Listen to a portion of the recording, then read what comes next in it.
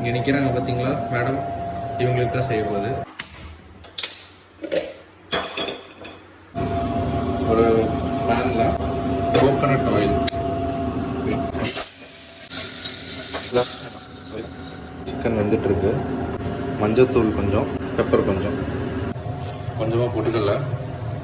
என்னென்னா அந்த இது வந்து கொஞ்சம் கிரேவி கன்சிஸ்டன்சியில் வரும். திரும்ப தேங்காய் ஆட் பண்ண போகிறோம். தேங்காவை போட்டு கல்லையும் வச்சு அடிச்சுக்கலாம். தேங்காய் பால் எடுக்கணும், அதுக்காக தண்ணி ஆட் பண்ணிக்கலாம். தேங்காய் பால் எடுத்து வச்சுக்கலாம். இந்த தேங்காய் பாலை வந்து இன்னொரு தடவை கொஞ்சம் ட்ரெயின் பண்ணி இதில் ஊற்றிக்கலாம்.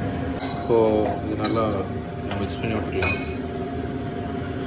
ஸோ இது என்ன ஆகும்னா அதை பொட்டுக்கல்ல போட்டதுனால கொஞ்சம் நல்லா வந்து கொஞ்சம் அந்த கிரேவி கன்சிஸ்டன்சியில் வர ஆரம்பிக்கும். திக்க ஆரம்பிச்சிருச்சு, கொஞ்சம் திக்காகட்டும், அப்புறம் எடுத்துக்கலாம். இந்த திக்கான கன்சிஸ்டன்சி வந்துருச்சு.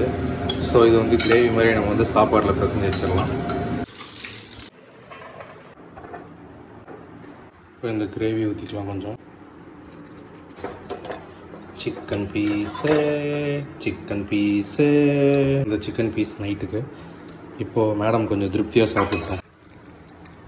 அந்த எலும்புலாம் எடுத்துகிட்டு இந்த மாதிரி பீசஸ் மட்டும் போட்டுட்டு அந்த கிரேவியோட நல்லா பிசைஞ்சு வச்சோம்னா மேடம் வந்து நல்லா சாப்பிட்டுக்குவாங்க. போங்க மேடம், மெதுவாக போங்க. வா காலர் கழட்டி விட்றவா.